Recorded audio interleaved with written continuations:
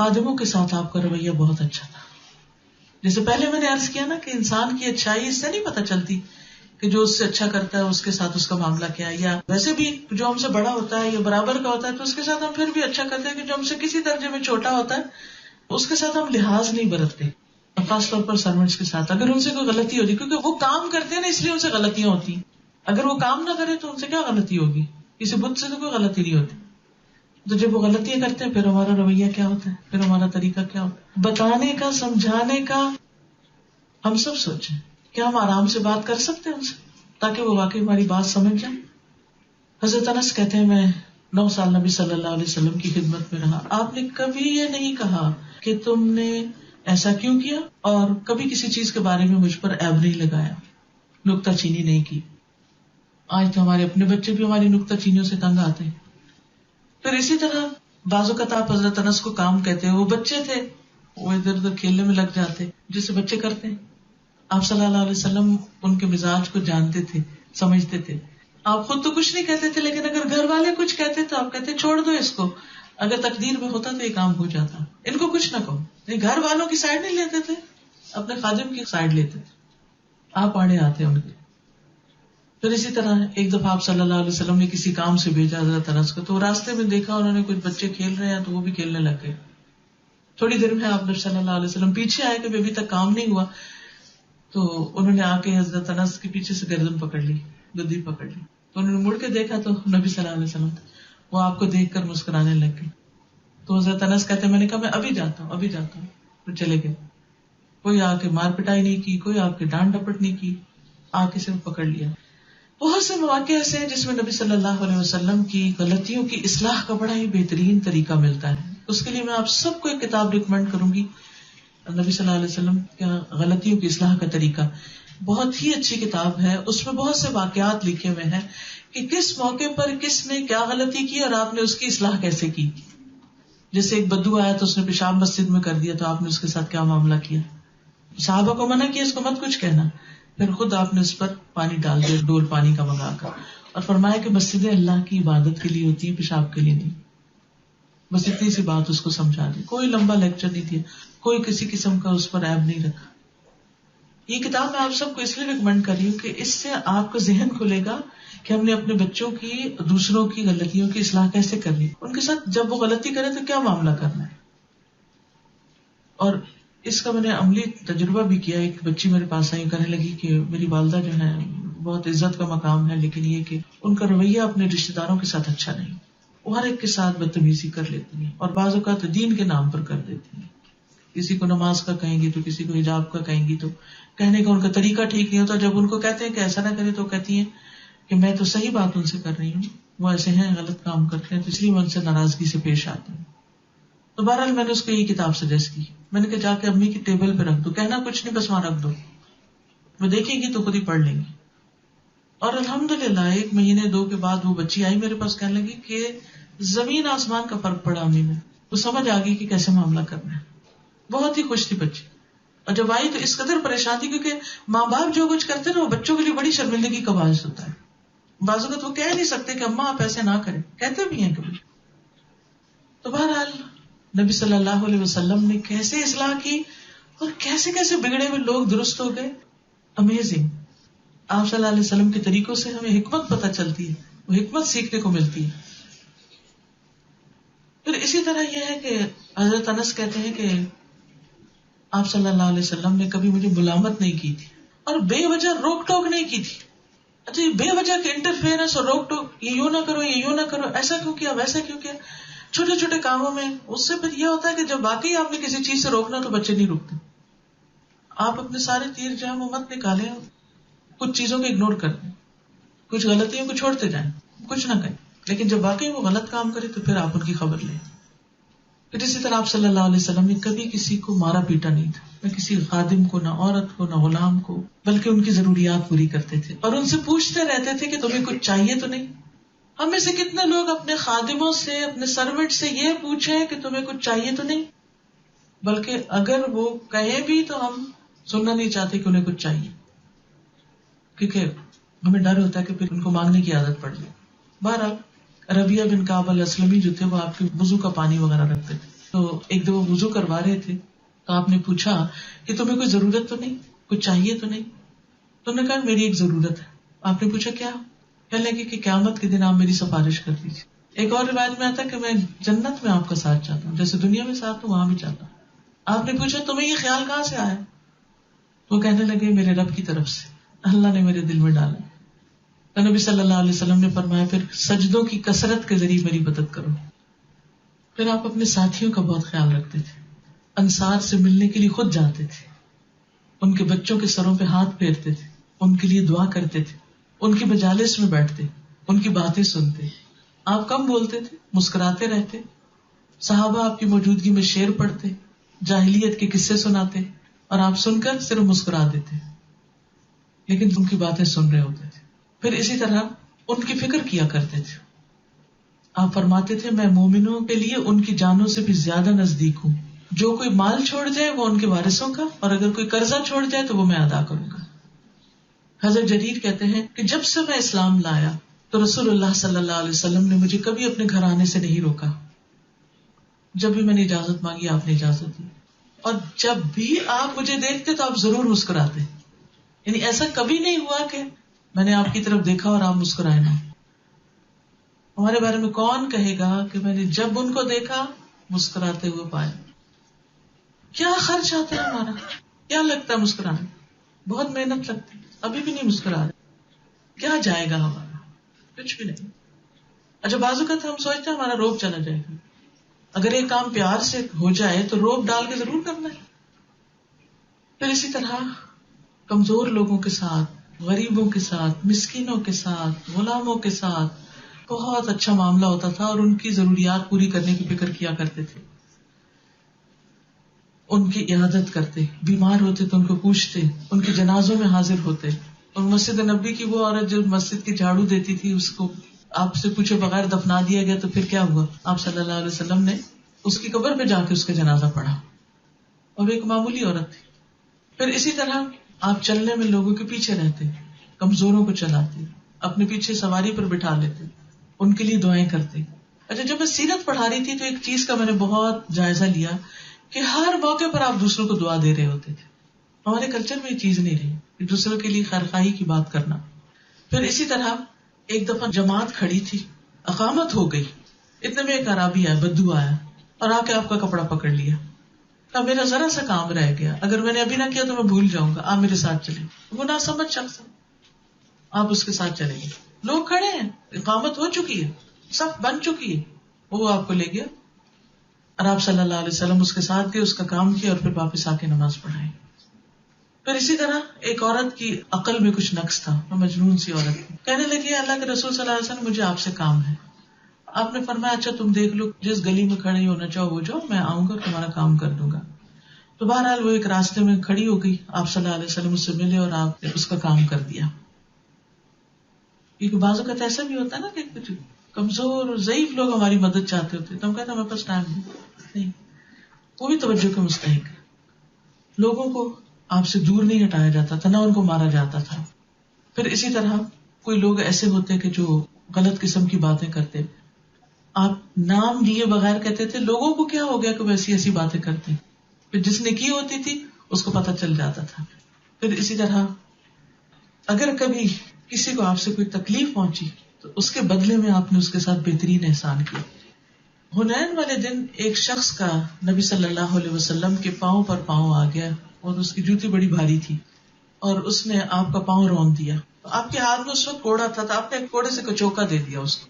بالکل ایسے ہوتا ہے نا کہ اگر ہمارے اوپر کوئی چڑھنے لگے تو ہم ایک دم اس کو پیچھے دھکیلیں. آپ نے کہا بسم اللہ, تم نے مجھے تکلیف دی. وہ کہتے میں نے ساری رات اپنے آپ کو بہت ملامت کیا.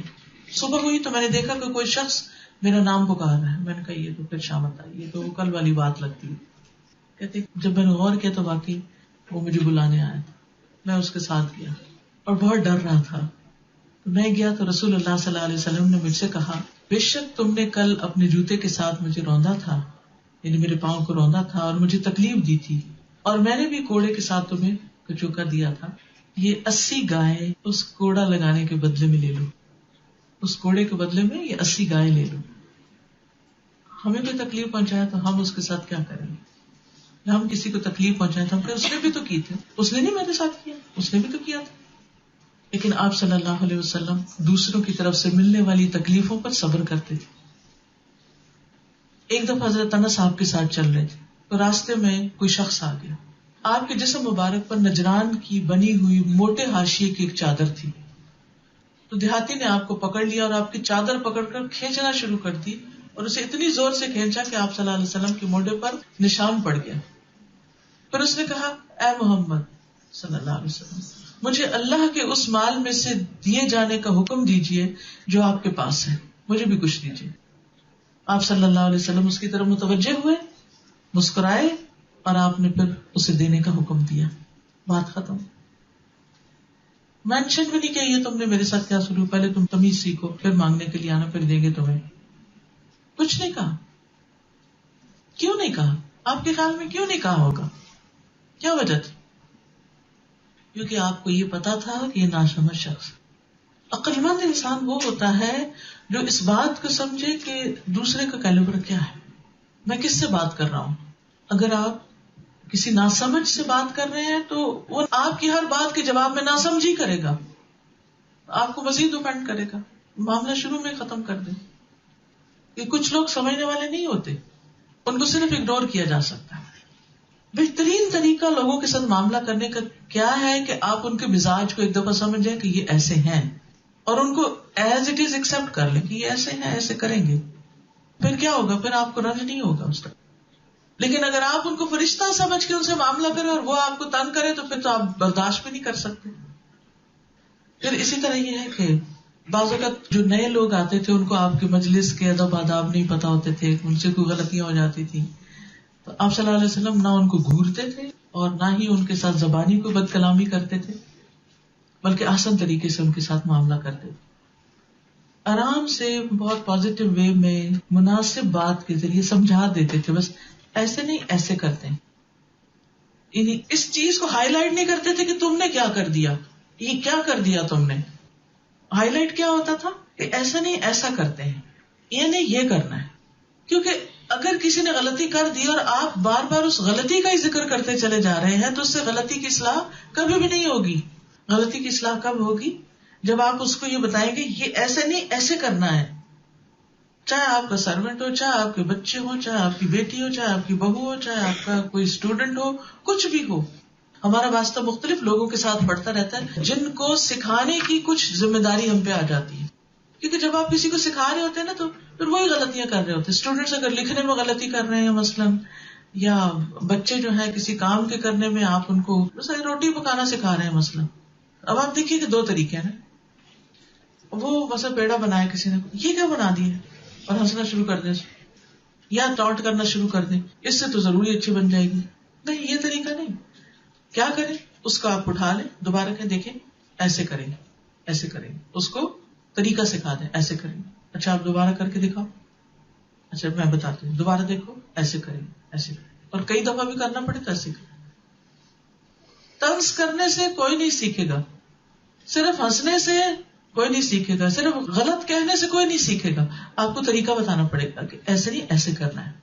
جب آپ اس کو طریقہ بتائیں گے تو وہ سیکھ جائے گا، اسے کرنا آ جائے گا، مسئلہ ختم ہو جائے گا.